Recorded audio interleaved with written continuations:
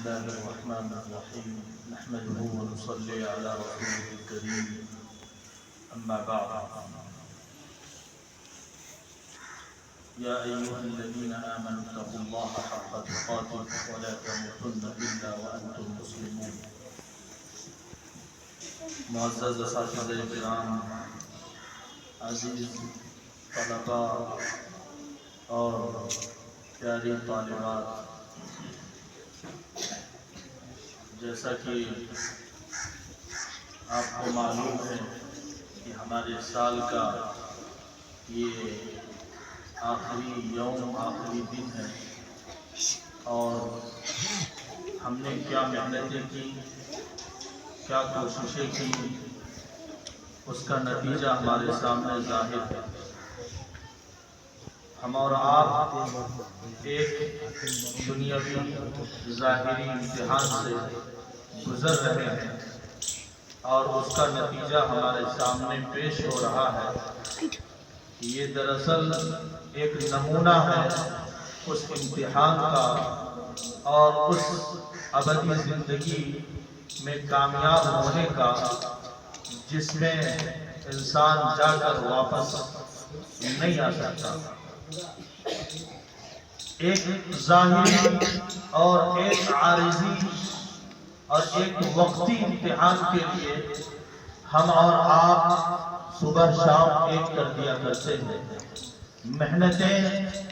دوسرے دنوں کے مقابلے میں بڑھ جایا کرتی ہیں، اور امتحان کے ایام میں نماز اور کھانے پینے جو ضروری چیزیں ہیں ان تمام کو بھی ہم ایک نظام کے تحت ادا کرنے کی کوشش کرتے ہیں کہ مختصر وقت میں کھانا ہو جائے، نماز بھی ہو جائے، کوئی وقت ضائع نہ ہونے پائے. اس کی تگ و دو، اس کی کوشش ہم سے جاری رہتی ہے. لیکن ایک امتحان ہے جہاں کامیابی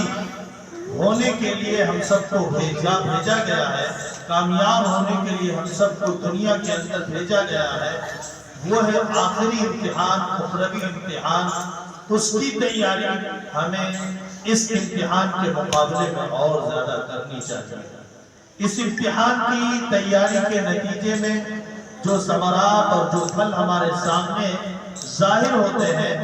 ہم اور آپ اسے دیکھتے ہیں کہ جو جتنا محنت کرتا ہے اسی اعتبار سے اس کا فیصلہ ہوتا ہے اور اس کو انعام سے نوازا جاتا ہے. یہی بعینی مثال ہے کہ دنیا کے اندر رہتے ہوئے ہم اور آپ جو محنت کریں گے، جو بیج ڈالیں گے، جو جس اعتبار سے کوشش کریں گے، کل قیامت میں، آخرت میں ہمارے سامنے بھی وہی مرحلہ درپیش ہونے والا ہے، اور اسی اعمال کے اعتبار سے فیصلہ اللہ کی طرف سے کیا جائے گا. اور کامیاب انسان وہی ہوگا جو اللہ سے ڈرتے ہوئے اپنے ایمان کو بچا کر اسلام پر موت اس کی ہو. بطور خاص درجہ پنجم کے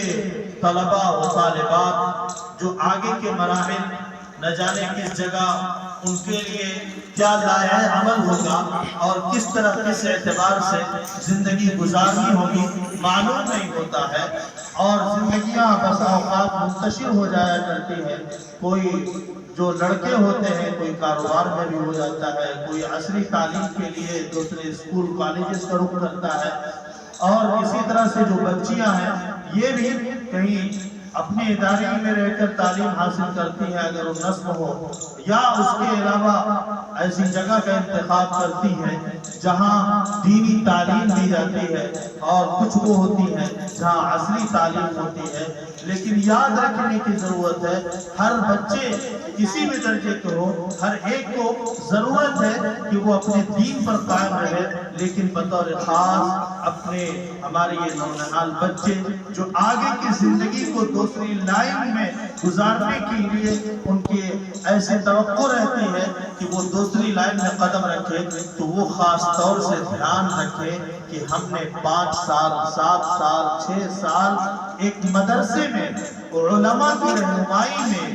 اور نیک اساتذہ کی رہنمائی میں جو دین اسلام کی بات ہمیشہ کرتے ہیں، اللہ اس کے رسول کا پیغام ہر وقت صبح و شام دیتے ہیں، چاہے وہ دعا پانی کا موقع ہو یا کوئی اور موقع ہو، ہر وقت ہر لمحہ آپ کو یاد دلاتے رہتے ہیں کہ کرنے والی ذات ایک اللہ کی ہے۔ عربی میں دعا پانی ہوا کرتی ہے، اللہ اللہ کا ورد رکھتے ہیں، یہ اسی لیے دیا جاتا ہے، اور یہ اساتذہ اسی لیے آپ کو سکھلاتے ہیں تاکہ آپ اپنے مالک کو کسی بھی دنیا میں جا کر اپنے مالک کو نہ بھولیں، کسی بھی دنیا میں قدم رکھنے کے بعد اپنے اس خالق، اپنے اس مالک اور اس رب کو کبھی نہ بھولیں جس کا ورد صبح و شام مدرسے کے اندر آپ کو ٹریننگ دی جا رہی تھی، اس کو کبھی نہ بھولیں۔ لیکن افسوس، صد افسوس اور حد درجہ افسوس کی بات ہے کہ کچھ ہمارے بچے، کچھ ہماری بچیاں وہ ہوتی ہیں جن کو ماحول وہ دینی نہیں مل پاتا،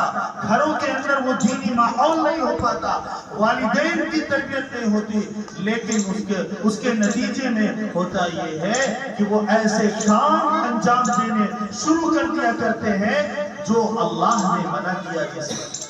جسے رسول اللہ صلی اللہ علیہ وسلم نے منع فرمایا اور جس کو نہ کرنے کی تلقین فرمائی، وہ تمام کام انجام دیے جانے لگتے ہیں۔ بتائیں، ایک بچہ جو اتنے سال ایک اچھے ماحول میں، علماء کے ماحول میں اور نیک اساتذہ کے ماحول میں، کہ والدین بھی اتنی تربیت گھر پر نہیں کرتے، اتنی توجہ نہیں دیتے جتنی اساتذہ